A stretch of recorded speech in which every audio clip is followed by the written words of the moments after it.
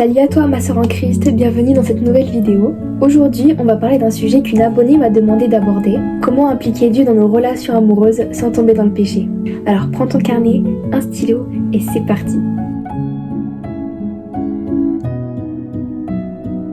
Il est important de remettre Dieu dans toute chose. Et la décision de se mettre en couple est très importante. Il ne faut pas la prendre à la légère. Parce que si on fait le mauvais choix, il peut y avoir beaucoup de conséquences derrière. Ça nous arrive souvent de se mettre en couple par une impulsion ou parce qu'on est entraîné par l'ambiance. Mais la décision de sortir avec quelqu'un doit être un acte réfléchi et non sous le coup d'une impulsion. De plus, dans la plupart des cas, on ne sait pas immédiatement que ce garçon est la personne que Dieu a choisie pour nous. Et c'est pour ça que c'est également important de prendre le temps et de ne pas se précipiter. Vous savez qu'un mauvais garçon peut totalement vous détourner de Dieu et peut également totalement vous détourner de votre destinée. Il ne faut pas sous-estimer l'influence de l'extérieur, surtout celle qui provient du monde. Et il ne faut également pas oublier que le diable se déguise en ange de lumière. C'est pour ça que c'est important d'avoir le discernement. Que avant de prendre toute décision, avant de faire un choix, il faut d'abord s'entretenir avec Dieu. Lui demander si on est prête pour ça. Lui demander si c'est l'homme qu'il nous a envoyé. Lui demander si on est sur le bon chemin. Et bien sûr, il faut être prête à toute réponse. Si dans notre cœur on sait déjà que peu importe ce que Dieu nous répondra, on va le faire quand même, Dieu ne prendra pas le temps de nous répondre. Parce qu'il connaît notre cœur et il connaît déjà la décision qu'on a prise. Alors que si au contraire, il sait que peu importe ce qu'il dira, tu l'écouteras, là il prendra le temps de te répondre. Et bien sûr, si tu n'arrives pas à entendre la voix de Dieu, il y a quelques signes qui nous guident vers la vérité. Par exemple, s'il n'est pas chrétien. C'est pas forcément rédhibitoire parce qu'il y en a qui ne sont pas chrétiens mais qui sont quand même intéressés par la religion. Mais si il est un athée ferme, là par contre c'est rédhibitoire.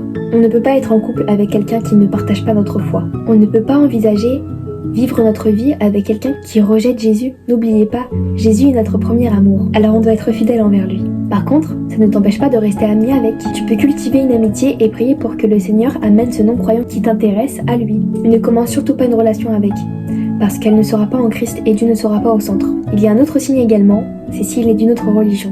Beaucoup trop de filles se disent que ce n'est pas grave, qu'elles vont réussir à le convertir. Et ça ne va que vous faire souffrir. Je sais qu'on vous l'a déjà dit, mais à l'inverse, si lui il a envie de te convertir, tu sais très bien que jamais il n'y arrivera. Alors tu ne peux pas lui demander de le faire pour toi non plus. Tu vas juste t'attacher et souffrir le jour où vous serez obligés de vous séparer parce que votre foi sera devenue trop différente. Et si tu es déjà en couple avec un non-chrétien, tu sais que ce n'est pas possible. Et que votre relation ne glorifie pas Dieu. Je sais que ce n'est pas facile comme situation, mais ne va pas à l'encontre de ton Seigneur. Il a des projets tellement meilleurs pour toi. Ne passe pas à côté. Ses plans sont parfaits et il te connaît mieux que tu ne te connais toi-même.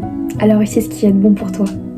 Écoute-le et fais-lui confiance. Alors pour toutes celles qui ne sont pas en couple, retenez la patience. Car ça ne sert à rien de se précipiter. Laissez Dieu agir. Vous êtes jeune, vous avez le temps et c'est une bénédiction. Comme je vous l'ai dit, les plans de Dieu sont parfaits. Alors si tu t'accordes au temps de Dieu, tu ne pourras que contempler ses bienfaits. Et pour toutes celles qui sont déjà en couple et qui savent que leur relation ne glorifie pas Dieu, il est temps que vous vous confrontiez à votre Seigneur. Il est temps que vous acceptiez sa décision. Parce que plus tu attends et plus ce sera dur à faire. Et n'oubliez pas, ce n'est pas parce que vous n'êtes pas en couple avec lui que vous ne pouvez pas prier pour l'âme de ce garçon. En tant que chrétienne, on sait que l'on doit pratiquer l'abstinence. Et par là, on sait qu'on ne doit pas vivre avec un garçon avant le mariage et qu'on ne doit rien pratiquer de sexuel avant le mariage avec lui. Et quand on aime vraiment la personne et qu'on n'a pas instauré de règles dès le début, c'est difficile d'y résister. C'est pour ça que, avant de te mettre en couple, il est important que tu écrives tes limites. C'est-à-dire ne pas se toucher, ne pas se tripoter, ne pas se retrouver seul dans un lieu fermé, garder des distances ou fréquenter des lieux où il y a du monde. Parce que même si on a un couple chrétien, même s'il y a Dieu au centre de notre couple, on reste humain et on a des faiblesses. Et il ne faut pas que vous commenciez votre relation en vous disant « je suis plus forte que ça, je saurai résister ». Parce que ça, on est vite tenté. Et on est vite tenté de craquer aussi. Et c'est naturel, c'est humain, il ne faut pas s'en vouloir pour ça.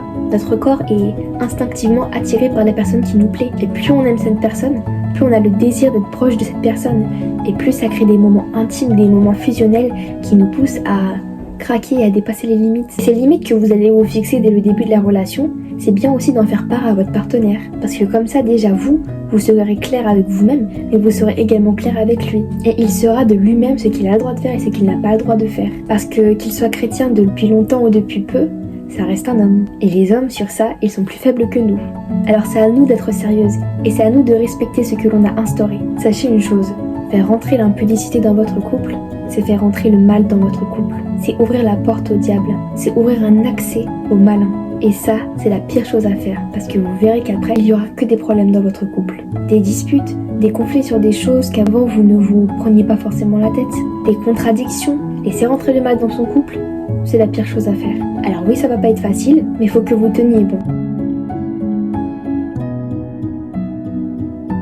Comme on l'a dit dans la partie précédente, il est important de garder des limites. Et par ces limites, j'entends surtout de ne pas se retrouver dans un lieu clos, un lieu intime où vous êtes que tous les deux. Oui, des fois on a envie d'être seul avec son copain, on a envie de lui faire des câlins, de passer un moment en amoureux. Mais malheureusement, c'est le meilleur moyen de craquer. C'est pour ça qu'il faut à tout prix privilégier les lieux extérieurs. Les lieux où il y a du monde. Et que vous-même, vous n'aurez pas de pensée impure et vous ne serez pas tenté par des choses. C'est là que vous allez vraiment apprendre à vous connaître. C'est là que vous allez vraiment connaître l'âme de la personne. Parce que vous allez toujours devoir trouver des activités à faire ensemble, innover. Et c'est là que vous allez savoir ce que la personne aime, ce que la personne n'aime pas, ce que la personne est prête à faire pour vous, ce que la personne n'est pas prête à faire pour vous. Vous allez découvrir sur quoi vous allez être compatible et sur quoi vous allez être moins compatible. Vous allez vraiment créer une relation entre deux âmes et pas entre deux corps. Et c'est vrai qu'au début on se dit qu'on va s'ennuyer, qu'on va vite faire le tour des choses à faire. Mais en fait, lorsqu'on est en couple, on prend l'habitude d'être juste bien ensemble. On finit par apprécier les moments qu'on passe avec l'autre. Peu importe ce que c'est comme moment, on finit par les apprécier. Même si c'est des choses qu'on fait tout le temps, on n'a pas forcément besoin d'innover et on se suffit seulement à nous-mêmes. Et si je vous dis tout ça, c'est parce que je suis dans une relation comme ça depuis plus d'1 an et avec mon copain, on ne s'ennuie pas. Et il y a plein de sorties que vous pouvez faire. Vous pouvez aller dans une autre ville, aller dans des zoos, dans des aquariums, dans des parcs, aller faire des activités un peu plus sportives comme aller au trampoline park, aller dans des salles d'arcade, plein de choses comme ça en fait qui vous créent des souvenirs. Aller à l'église ensemble surtout, c'est super important. Faire des dates chrétiens aussi, trouver vraiment plein de petites activités sympathiques à faire ensemble. Et vous allez tellement devenir plus complices, plus fusionnels, et vous allez vous plaire dans votre petit quotidien à deux. Et vous pouvez également partir en vacances ensemble. Je sais que beaucoup de personnes se disent que c'est impossible, mais ça l'est. Et les vacances, ça vous donnera une vision de ce que sera votre vie à deux après le mariage. Donc c'est même une bonne idée. Mais bien sûr, sous limite, toujours. Faites toujours chambre à part. Il faut que soit vous preniez 2 chambres d'hôtel séparées, soit un Airbnb avec 2 chambres. Mais il ne faut pas que vous soyez dans la même pièce. Parce que vous le vouliez ou non, vous allez être tenté. Vous serez content, vous visiterez un nouveau pays, vous serez pris par l'ambiance du voyage. Et ça va très vite. Et privilégiez également le premier voyage après 1 an passé de relation. C'est un conseil que je vous donne, ce n'est pas obligatoire, mais vous aurez plus évolué spirituellement ensemble. Certes, vous serez plus proches et vous vous aimerez plus, mais également vous aurez déjà résisté à plusieurs tentations, et donc vous serez plus fort, et donc plus déterminé mentalement à ne pas craquer.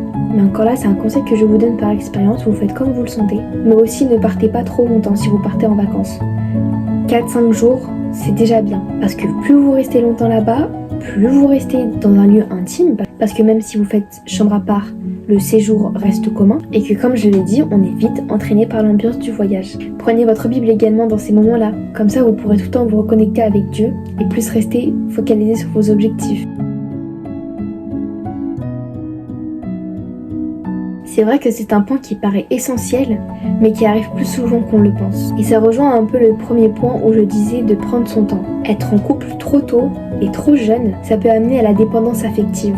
C'est important de se connaître déjà nous-mêmes, de connaître déjà Jésus, d'avoir d'abord une relation avec notre premier amour avant de sortir et de donner notre cœur à un homme. Déjà, on est plus mature, donc on a plus de discernement, on est moins naïve, on peut plus discerner le vrai du faux, parce que comme je l'ai dit plus tôt, le diable se déguise en ange de lumière, et des fois ce n'est pas lui, même si on pense que c'est Dieu qui nous a envoyé cet homme, des fois ce n'est pas Dieu qui l'a envoyé. Et être plus vieille nous permet d'avoir un peu plus d'expérience et un peu plus de maturité pour ne pas se faire avoir. Et beaucoup de jeunes filles sont perdues.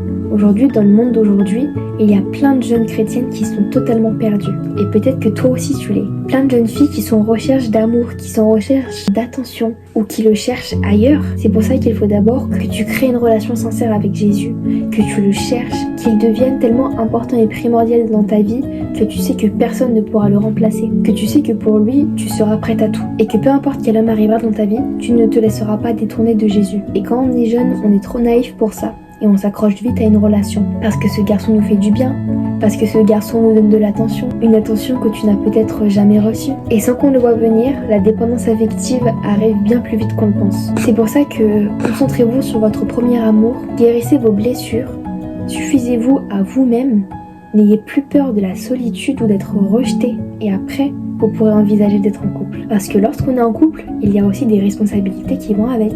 Et c'est là qu'on arrive au dernier point. Bien évidemment, vous ne pourrez pas pratiquer l'abstinence pendant des années. Et pas que ça. Lorsqu'on aime quelqu'un, forcément, on aimerait vivre ensemble. On aimerait passer tout notre temps avec cette personne-là. Et c'est pour ça que lorsque vous sortez avec quelqu'un, il faut forcément penser au mariage. Et des fois, vous vous sentez tellement bien avec ce garçon que ça arrive plus vite qu'on le pense. Et le mariage aussi, c'est des responsabilités. Vous allez partager toute votre vie avec ce garçon. Vous allez vivre ensemble. Et c'est pour ça que c'est important de se connaître d'abord soi-même.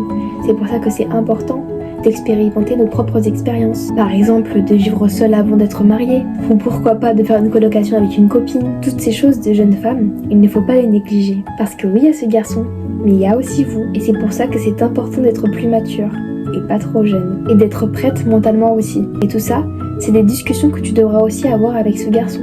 Sur comment il voit sa vie. Est-ce qu'il veut des enfants ?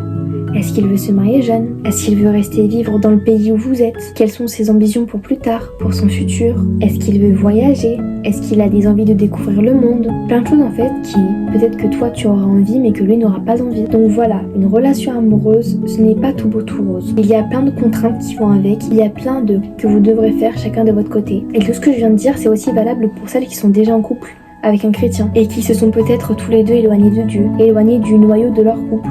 Il n'est jamais trop tard et vous pouvez toujours revenir à lui. Prier ensemble, lire la Bible ensemble, regarder des films chrétiens ensemble, aller à l'église ensemble. Vraiment mettre Dieu au centre de votre couple. Et surtout, ne pas suivre dès qu'il y a le moindre conflit. On pense souvent que si Dieu nous l'a envoyé, c'est que tout sera parfait, qu'on sera d'accord sur tout. Mais pas du tout. On ne peut pas être pareil. Il y aura toujours des désaccords. Il y aura toujours des disputes. Maintenant, à vous de savoir comment y faire face. Soit en vous faisant la tête et en vous déchirant, soit en priant et en voulant régler le problème. Une relation chrétienne ne signifie pas une relation parfaite. Et il ne faut pas oublier que le malin est toujours là pour vous détourner de Dieu. Alors c'est pour ça, ayez le discernement les filles. Soyez fermes dans votre foi pour ne rien laisser vous détourner de Dieu. Instaurez vos limites dès le début. Parlez tout de suite de mariage, de plus tard, de l'avenir, de comment vous voyez la vie. Et surtout, gardez la prière au centre de tout. Gardez Dieu au centre de tout, c'est le plus important. J'espère que cette vidéo t'aura aidé et qu'elle t'aura plu. J'espère également qu'elle aura répondu à toutes tes interrogations. Dis-moi en commentaire ta situation, si tu es en couple mais que tu as du mal à avancer, si tu sens que tu n'es pas avec la bonne personne, ou si tu es intéressé par un garçon mais que tu ne sais pas si c'est l'homme que Dieu t'a envoyé ou pas. Dis-moi aussi si cette vidéo t'a aidé et ce que tu en retiens. Et je vous dis à la prochaine vidéo. Soyez bénis, soyez fortifiés.